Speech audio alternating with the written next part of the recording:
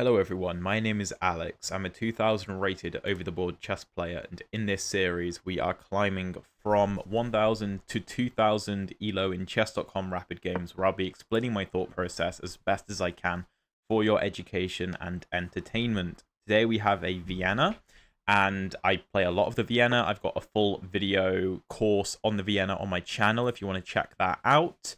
And yeah, let's get into it. So, knight c3 rather than knight f3. What's that about? Well, effectively, we want to go for this somewhat Italian-looking setup, but we delay the move knight to f3 because the intention is to go pawn f4 and then knight to f3 to apply more pressure to the center. Castle kingside with an open f-file for the rook. I find it very, very nice.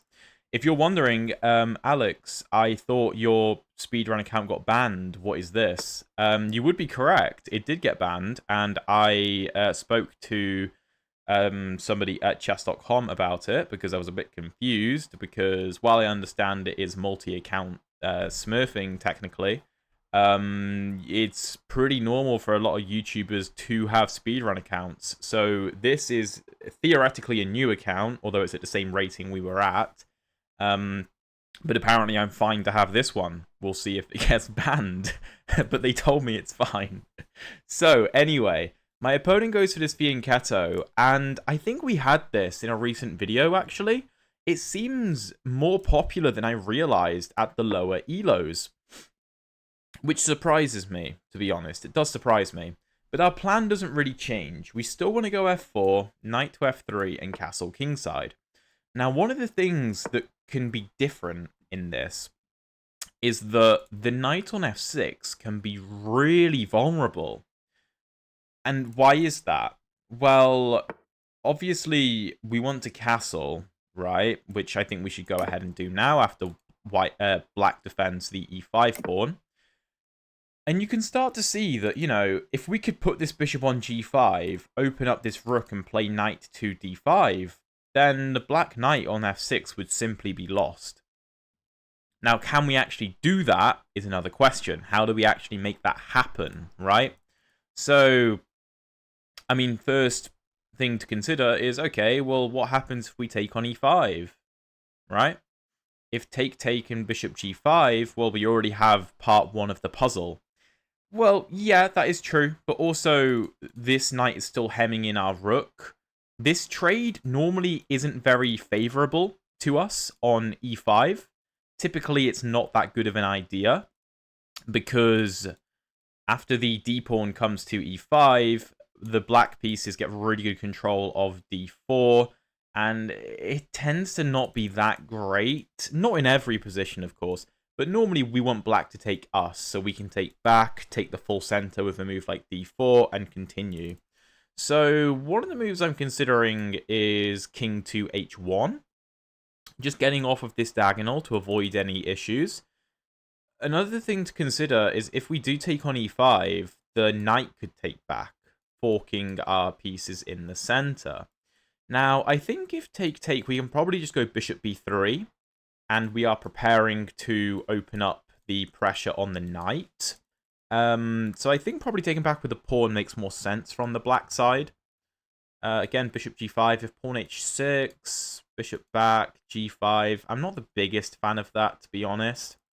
So part of me likes the look of queen e1, preparing something like queen to h4 to give the bishop some more support and prevent h6. That looks quite interesting. King h1, again, also is viable. It's often quite a viable move in these lines, just because this diagonal can be annoying to deal with. Knight g5 doesn't seem to make any sense. f7 is well protected. Let me think a second. Yeah, I think queen e1 makes a lot of sense. If knight to d4, we can do something like take and knight to d5. That looks very reasonable. Let's go queen e1. Let's start with this move. And this is a very common move in not just the Vienna, but in lots of positions where the f-pawn is pushed and you castle kingside. It's often very common to bring the queen into the game via this dark square diagonal that is opened up because the f-pawn is no longer on f2, right? By sliding to e1 first. Now, that's not always going to be the best plan. It is a slower plan, for sure, but it's relatively non-committal. I mean, we don't really need the queen on d1 to do anything in particular. Okay, bishop e6. That's very interesting. That's very interesting. So, of course, we can take this. Now, we don't have to take it. We could go for a tricky move like knight to d5. Now, why is knight d5 tricky?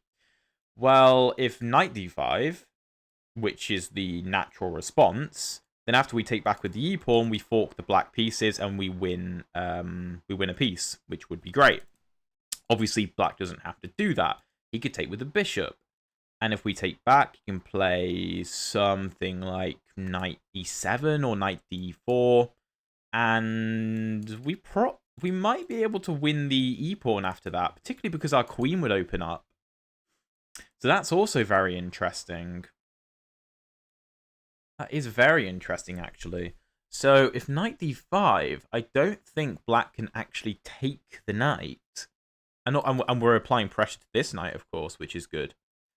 So if knight d5, what can black do? He could maybe take on f4 and then take on d5 to get rid of the problem with the e-pawn. And after something like taking knight back to e7...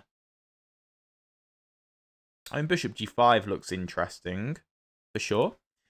But what happens if we just take the bishop?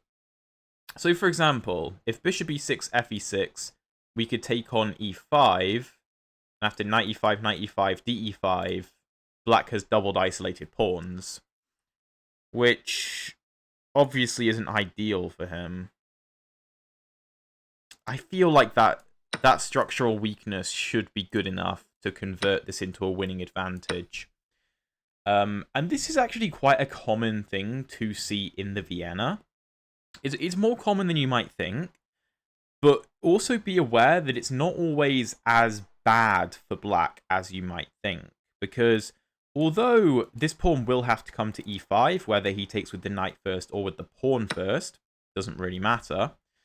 Although these pawns are doubled and isolated in the center, they do control some very important squares, right? These are all very important central squares. And the e-file is shut, so we can't use the e-file to attack the pawns. So it's not that simple to go after them. We also lose our light squared bishop, which is a great piece. So, although it's probably good for us, it's not like completely winning immediately. We have to play the game.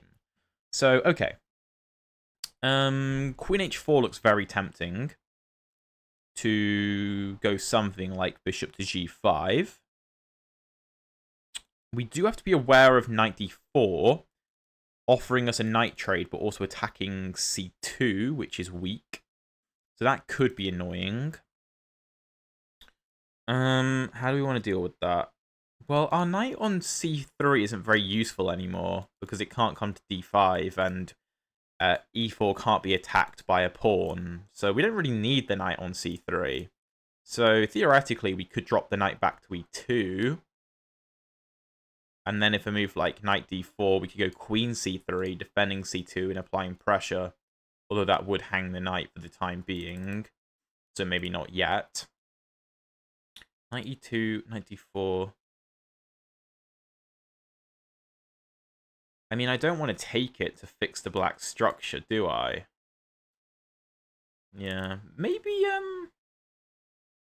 bishop g5 is probably a safe move.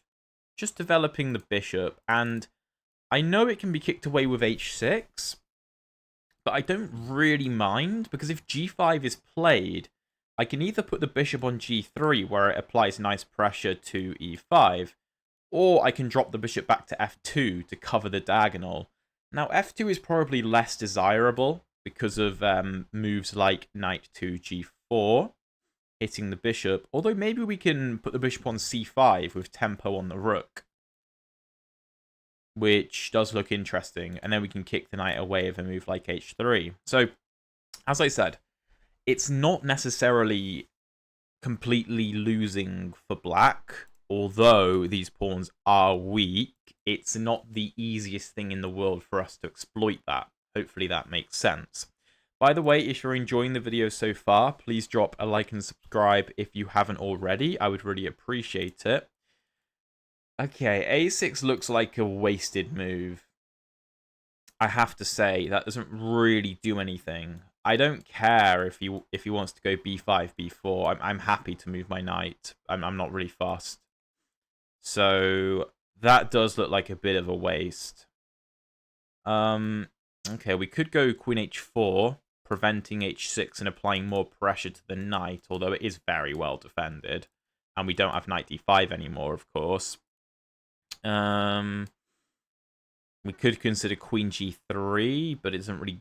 I mean, we apply pressure to e5, I suppose.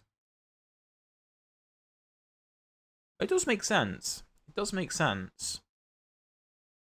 If a move like knight to h5, if take and take, that doesn't look any good. If queen g3, knight h5, queen g4, queen d7 defending. It's interesting, but the knight might be coming to f4, which could be annoying. So you probably don't want to put our queen in the line of fire.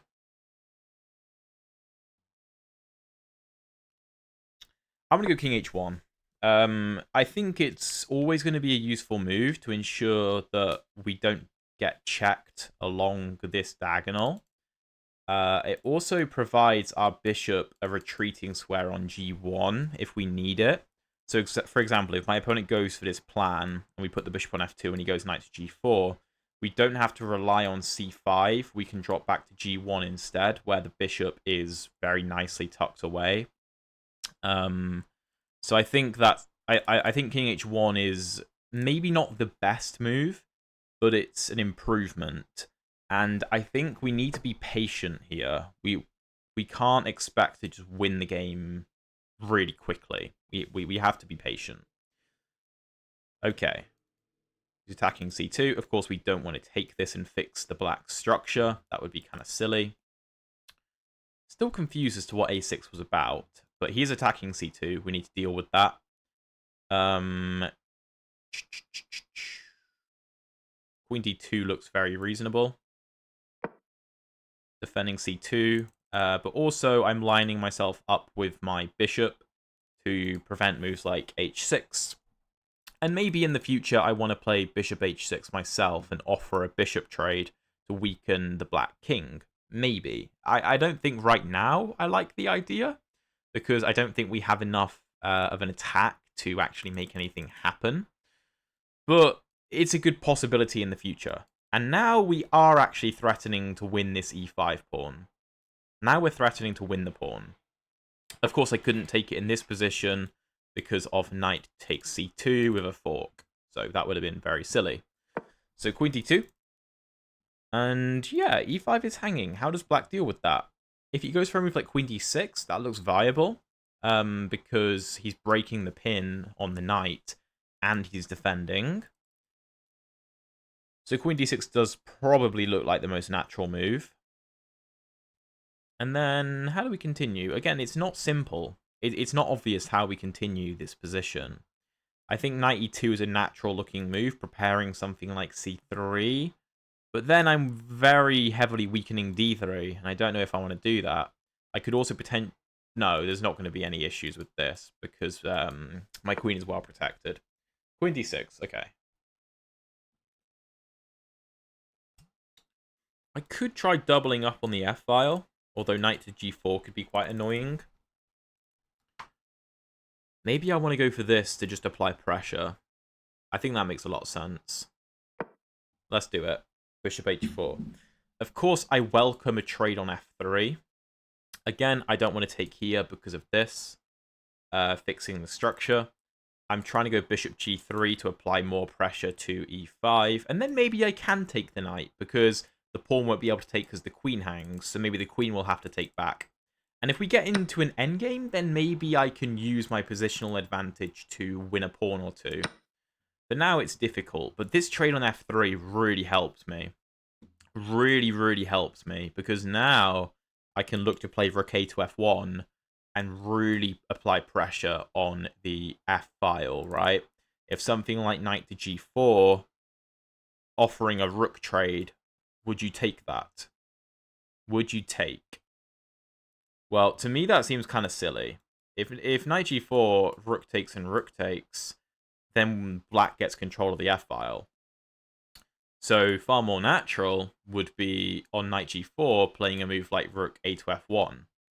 And if black plays take and rook f1, he can kind of take over the f-file, sure. There's not loads I can do about that. I don't have queen f2, unfortunately, because the knight would control that square, but... Okay, rook f7. Let's double up. Applying more pressure to the knight. I expect black to also double up. And the game continues, but I think we have very good chances here. Very good chances. Okay. So we could start with bishop g3, but I feel like the e5 pawn isn't very relevant anymore. I don't know if it matters, because it's going to be very well defended, and I can only really add 1 or 2 attackers to it. I'd love to play queen f2, but knight to g4 hits the queen, and if I play take, knight takes, and rook takes, then I'm not going to be in good stead. So h3 looks viable, stopping knight g4. The knight could come to h5, I am well aware, and the knight coming into f4 could be very annoying to deal with. But on knight to h5, maybe I can go take, queen f2 check, something along those lines. I feel like black could draw, but we would be the only side that could really win the position. The further the game goes as well, you know, the more into an endgame we get, the weaker the black pawns will become, just because, you know, at the moment I can't invest all my resources into going after the pawns because I need to be concerned about the f-file, etc. Okay, h6. Okay, well now I can go queen f2. If queen f2, g5, bishop back, knight to h5, I can take the rook. Probably. g4 is tempting. g4 is tempting. It feels right. It feels right to me, because I'm stopping the knight from coming into the position. If knight takes g4, looking for take, and rook takes f3, well, I just don't allow it. Because on knight g4, I can take the rook. And then after rook takes, king takes, I can take the knight, and I'm up a piece. So I feel like we're really turning the pressure dial. I'm not too concerned about g4 weakening my king, because although it weakens this diagonal, this e4 pawn is very safe. Because black has no pawns on the f or d files to attack it. If this pawn could be pushed to d5, then maybe I'd be more concerned, but it can't be, so I don't care. I have no immediate way of winning this position, but we have to be better. We have to be better. Okay, b5. Again, not really fast. I'm going to go king g2. Oh, wait. Wait, have I messed up? Is b4 an issue? If knight e2, knight takes e4, and if take, my queen hangs. So I think if b4, I'll have to play knight b1 to ensure my queen's defended. It's not the end of the world. Okay, he doesn't go for it. Let's go a3. Should I go a3? Okay. No, I should probably take the rook trade on my terms. Give a check. Again, e5 is weak, but it's defended 3 times. d4 looks like a bad move. in most positions. Okay, that's interesting. Let's drop the knight back. It's very difficult to figure out how to actually win this, especially with low time, but we do get 5 seconds increment per move. H4 looks like a good idea at some point. Not sure when. I could try and get the knight over to H5.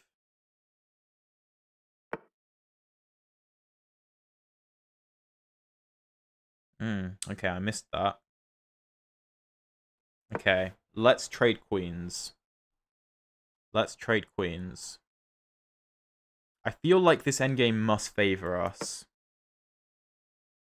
Because, again, the black pawns are just super weak. I feel like black should try and keep queens on the board with a move like queen... Yeah. Yeah, that makes sense. Okay, let's go for H4 now. I can see my knight coming to H3 and trying to go for G5. Looks viable. That doesn't look correct to me. Because I don't really care about this pawn. Knight H3 is threatening take, take, and take, because the bishop can't take because of the pin.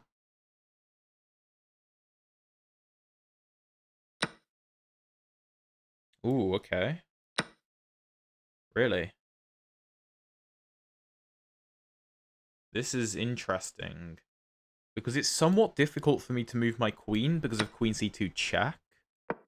But g5 looks very strong. Just trying to break through the position. I'm aware I've sacrificed a pawn, but it feels necessary. Do I take with the knight or the bishop? I'm going to say knight. King e7. Knight h7. King can run to d6. Yeah.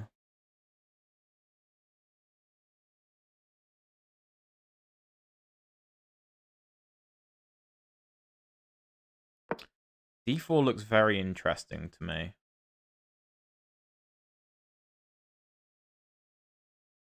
Trying to open up lines.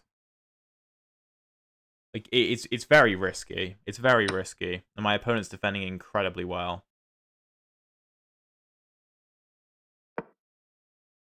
Maybe knight f3 made more sense. Yeah. Knight f3 would have been better. But would it though? It wouldn't have forced a trade. Okay.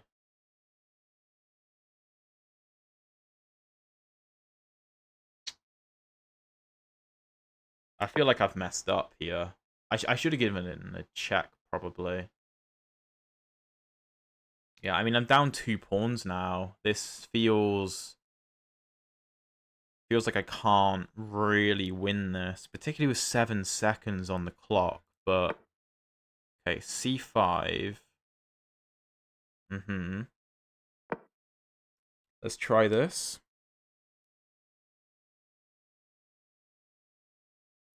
So I'm trying to get him to take me so I can take with check and resume my checks on the black king. The issue is that his queen c2 move is so annoying. So everything has to come with check. Okay. Check. I don't know if that's good. I actually think that might... I don't know. King c6, knight e6 is interesting. Ooh, okay. Surprising. I don't have a check if he goes for that, though. No way. All that. Okay, I need to defend. d3 might be a problem. Sacrificing a pawn for a queen trade.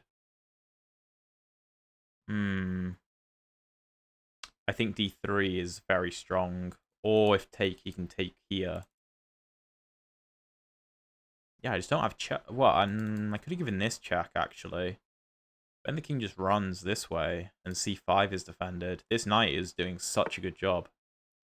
Okay, let's take.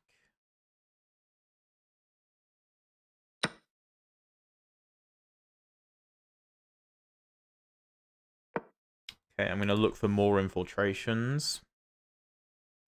I feel like the king just shuffles, though. And if I, like, give this check, the king comes up. Forces me back. Like, check here. Dunno. Maybe I need to try and bring my king up somehow. If d3, I can now take with my queen, so that's okay.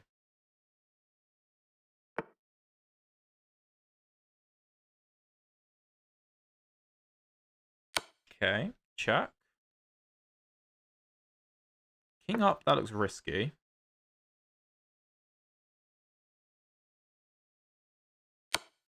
I was looking for e5 and knight e7. I don't think it works, though.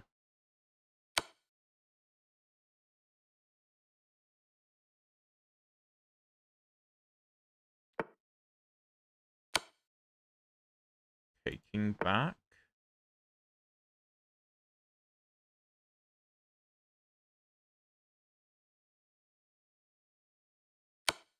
I need to move with check every move, though.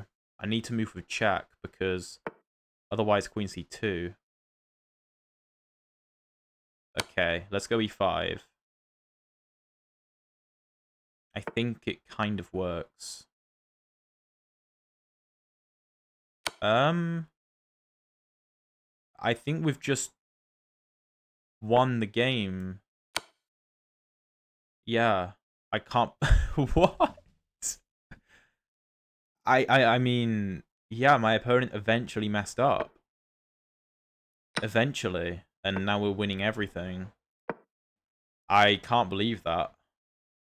I'll show you why knight takes d5... Sorry, knight takes e5 was incredibly risky. And I feel like it was losing. I'll show you why after the game in the analysis. But for now, let's just promote a second queen and deliver a checkmate. Wow, that was incredibly tense. Incredibly intense. So, we'll do an analysis, and I will show you why I didn't... Well, why black didn't take on e5. Now, I still think it was probably the best chance, but I'll show you why he didn't. But let's jump into the analysis. Well, I have to say, that's probably one of the best 1200s I have played in maybe ever. That was incredibly impressive. So the opening was like a weird version of the Vienna. And like I said, if you want to learn more about the Vienna, I've got a whole Vienna course on my channel. And I also have a playlist with maybe 80 or so Vienna videos, like featuring the Vienna and different variations of it. So here d3, the engine will always want d4 in these lines, but that's not really a Vienna. So d3, we go for f4, knight to f3. You can take on e5 and go for normal development. I don't know, like castle... Oh, sorry, not castles. Knight c6. Something like castles, and a4 the engine likes. But I personally prefer to leave the tension, because I want black to take me. Because if that happens, this is kind of an ideal position. And lots of people will take. But my opponent castles. Queen e1. Not the best move. Taking is apparently better. f5 is also good. And if takes, and takes, then we have knight e5 with a discovered attack, which is interesting. Something like this. dc4, and apparently this is quite good for us. I suppose we have a lot of kingside pressure. So queen e1, bishop e6, and here I took on e6. And I was between a few moves. I was trying to see if knight d5 worked, but I couldn't make it work. And I was right, because I figured ef4 was the problem. And after something like take, and knight e7, I didn't like the look of this position. This is what I calculated, and this is better for black. In fact, I don't really see how I defend the d5 pawn. I mean, if bishop g5, then just h6 maybe, or queen d7 according to the engine. The best move is f5, which surprises me. If bishop c4, dc4... Why can't this be taken? Take e4, knight g5, rook e8. Okay, take. That's interesting. Taking on e6 is fine, though. Going for this pawn structure. And I figured we had decent winning chances here, but it wouldn't be easy. I start with bishop g5, pawn a6. Like I said, I didn't really understand that move, but we went king h1. I was toying with the idea of queen g3, but rejected it based on knight h5, because if take, I figured black must be better in this position, which is correct. Queen h4 was probably the move I should have gone for, but I think I couldn't figure out what to do after queen d6. Engine wants me to double up, but I was also slightly concerned about this diagonal, so I went king h1, which is still fine. Knight d4. The engine wants me to take the knight. And after queen takes, bishop e3. Okay, what if... Oh, we have e5. Oh, wow. ef6. And if take, we can take on e6. King g7, rook takes. Okay, I do have to calculate all of this, to be fair. And if king f7... Oh, but this is still pinned. Okay. Queen d2, though, is a fine move. Queen d6.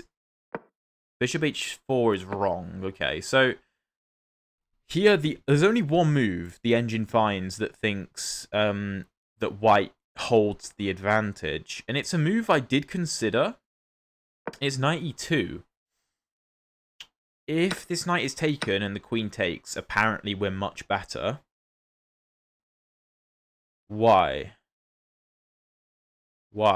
Let's say rook f7. Bishop e3, knight g4, bishop g1, as we had planned. Let's say black doubles up. b4. Whoa, threatening bishop c5 with a skewer. And if this is taken, queenside counterplay. I suppose if the queenside crumbles, these pawns could be more easily accessible as well, and that could be an issue. I went bishop h4, and that is incorrect. Take, rook f7, and I'm better again. Knight d7 is better. I did think he might go for knight g4 or knight d7, offering rook trades, but he doesn't. We double up, rook af8, h3 is the best move, stopping knight g4. I thought my knight h5 might be played, offering to trade off all the rooks. Engine here likes knight e2, likes bishop f2. If queen f2, that's also fine. King retreats. Queen a7 is interesting. My opponent goes h6. And here, I should just take. Because after rook takes, bishop takes, I can take on h6 and I'm up a pawn. And I get this position where I'm clearly better. I don't know why I didn't go for that. I completely blanked on the fact that h6 was hanging. So I went g4 and missed the opportunity. Yeah, that was silly. b5. King g2. I thought my opponent might go for pawn b4. And here, as I mentioned, knight b1 would have been the only move. But then my knight can come into c4. So that would have actually been quite nice. The point is, if knight to e2, then knight e4, and it can't be taken because of this. So the point of knight b1 is to make sure the queen is defended. But knight d7, offering the trade of all the rooks, which I obliged to. Queen f2 check. Bishop f6. And here I'm so low on time. It's really not good. King e2. Sorry, knight e2. Queen b4. Pawn b3. Queen d2. Targeting the c2 pawn. And the only move is knight g1. Everything else loses. Because we have to defend. Here I thought this trade would be very good for us. Which is correct. And I wanted to play bishop takes to stop this knight from coming into the game. And I figured we should be able to win this endgame in the long run. My opponent played queen c3, which I think was very smart. Pawn h4. looking for this to go bishop h4. But my opponent goes queen b2. Knight h3, trying to turn the pressure up. Taking is apparently the better option, followed by knight f3. And if this is taken, then knight e5 wins, because after take, the bishop is lost. So if, let's say, king g6, then the engine likes pawn c4, kind of forcing a trade. And yeah, positionally, we do dominate this endgame. There's way too many dark squared weaknesses for black. And the pawn on e6, not to mention. So knight h3, gh4, bishop h4, queen a2. And here, there was a correct option and an incorrect option. I chose the incorrect option. Taking the bishop was better. And after knight takes, then g5. After hg5, knight g5, king e7. One move is winning for white, and it's queen c5. And after the king moves, we have to go knight f7, looking for this. And the queen on c5 defends c2, and that's the crucial idea. I went g5 preemptively, and after take, king e7, the knight defends c5, and that's the big problem. I go d4. And my initial idea was to go e5. That was my initial plan. Because I was like, well, this can't be taken, because then I infiltrate. But then I realized, well, it can just be taken with a knight. And then we don't have anything that good. Worse than that, though, the bishop can just take on g5 according to the engine. And if we take back, king e8, and black is completely winning. So, yeah, I have no infiltration squares. I went knight h7. And that's a mistake. Knight f3 was the only move, which I realized was the only move.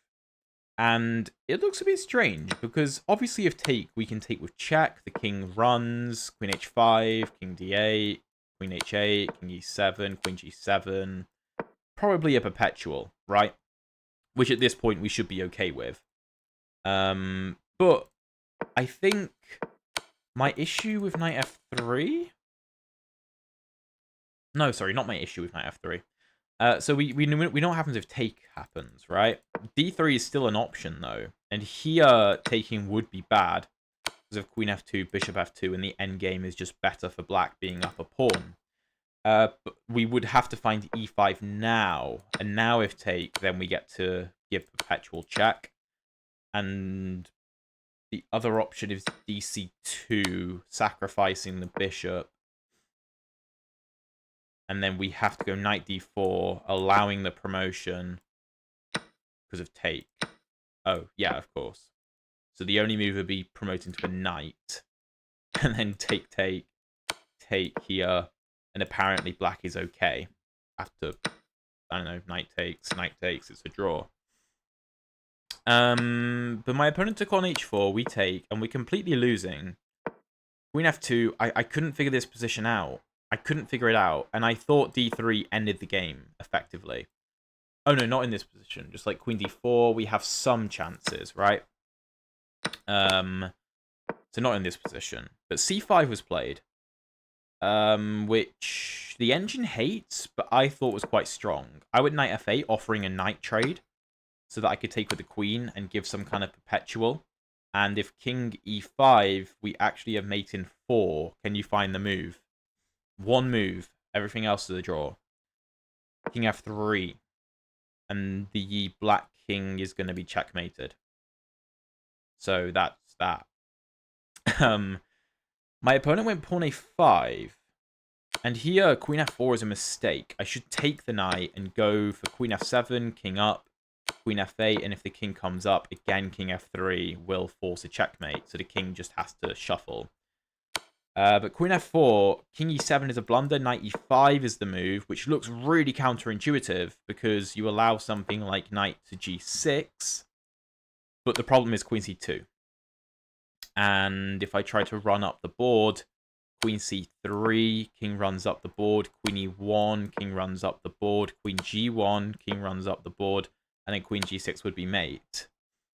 A difficult sequence to find. Definitely. A very difficult sequence to find. Because, I mean, we could go king here, for example, and then queen e2, and we could run this way.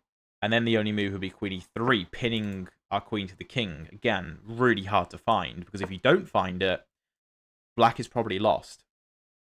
Like d3, for example, and black is losing. So, you know, very hard to find. But king e7 was played. And here, knight g6 is a miss. Apparently, queen h4 is the move. If the king takes the knight, then queen d8. And again, we have a perpetual event. Just, again, if king e5... This isn't mate anymore, but it's just perpetual check. The king is forced over here. And if he tries to run this way, we just keep giving checks. And there's no way out, because our pawns keep the king out of the position. King d8, though. The best move from my opponent. And I went back to f2 because I couldn't figure out what to do.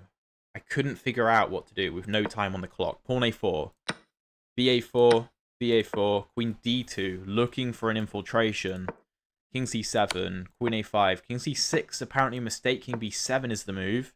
And if I give a check on b5, knight b6, and I run out of checks, insane. The knight is such a good defender of the king. But king c6 allows queen a6.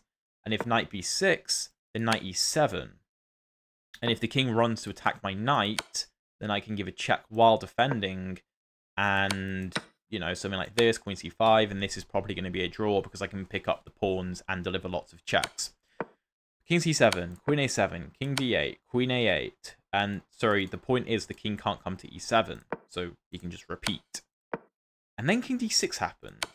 And I thought e5 was a really smart move. Now, the engine, again, wants king a6, king c7, and there will be a perpetual check.